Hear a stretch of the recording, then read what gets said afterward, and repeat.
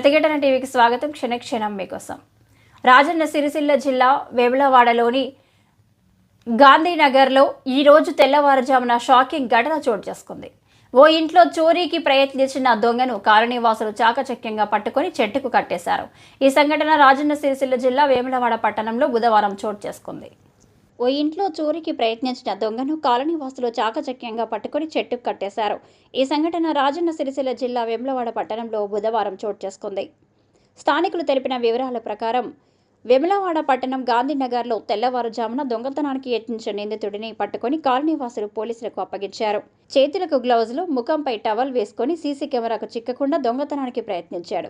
CC కెమెరాల ద్వారా గమనించిన స్థానికులు దొంగను పట్టుకొని పోలీసులకు ఫిర్యాదు చేశారు. సంఘటన స్థలానికి చేరుకున్న పోలీసులు దొంగను అదుపులోకి తీసుకుని విచారణ చేపట్టారు. పూర్తి వివరాలు తెలియాల్సి ఉంది.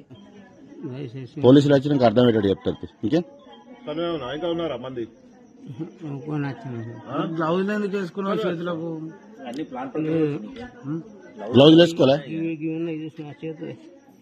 చేతుల గ్లౌజులు చలి పెడుతుందని వేసుకున్నావు.